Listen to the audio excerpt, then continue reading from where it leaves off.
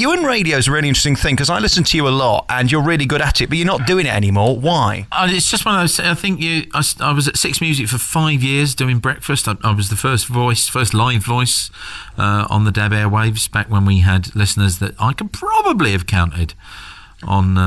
Certainly, if you and I got our fingers and toes together, Alex, I think we could certainly, cobble together enough of a listenership. It was really, in those early days, was really, just one of those things that we didn't know how many listeners we had. I tried to buy a DAB radio for my mum when we first launched Six, and you just could not get them. I had a rack DAB that would go into the stereo that a company gave me, and they retailed at around 600 quid.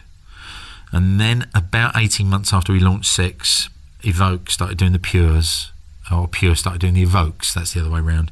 So that was the first, those little wooden ones that everyone first got. And they were the first people to do a mass-marketed digital radio. And then when they came out, Argos did them, and I bought a dozen, basically. And I'm pretty sure that Argos thought I had some kind of weird drug smuggling thing where I got drugs put in radios and was picking up my stash in Lakeside. But no, it was, I just gave them to friends and family and said, look, this is the thing that I'm on. But that was 18 months after we'd started.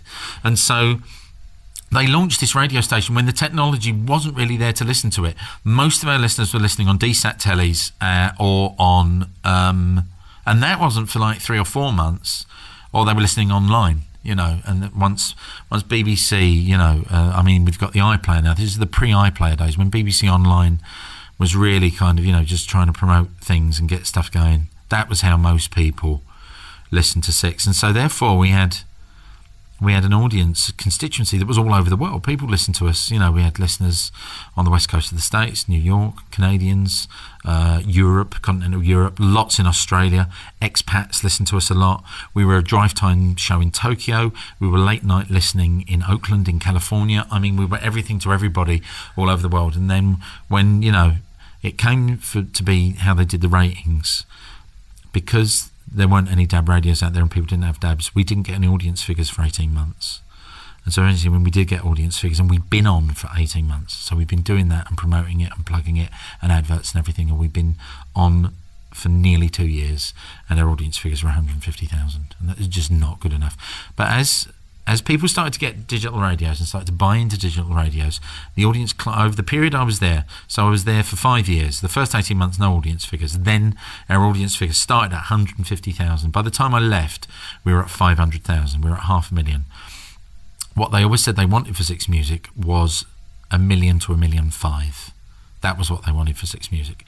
Now, the second that the DG announces that Six Music is going to be shut down, the audience figures go up to 1 million to 1.5 million.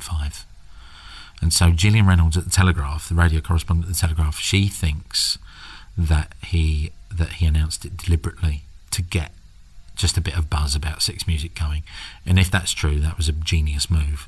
I actually think he was going to shut it down. But there was so much of an outcry about it, and just listeners were so well organised. 2 massive demos in town. And then a gig, and people really cared about the station. I really did. And Guardian Online, the second they got wind of what was being done, the Guardian phoned me up, and I did a piece for them, just about how brilliant it was working there. What a great station it is, and there's nothing like it, And people, do love the station. It's got its failings and it's got, its weaknesses, but everyone does. It's not, the BBC is not a taxi that takes you exactly where you want to go. It's a bus that operates for other people as well. And so much as, I can't give a toss about EastEnders. I hate EastEnders, but people love it and they pay for it, so they're entitled to it. Just like I'm entitled to see that guy basically on my licence money take drugs with weird tribes in the middle of nowhere, and get whacked off his gourd on peyote seeds on my dime.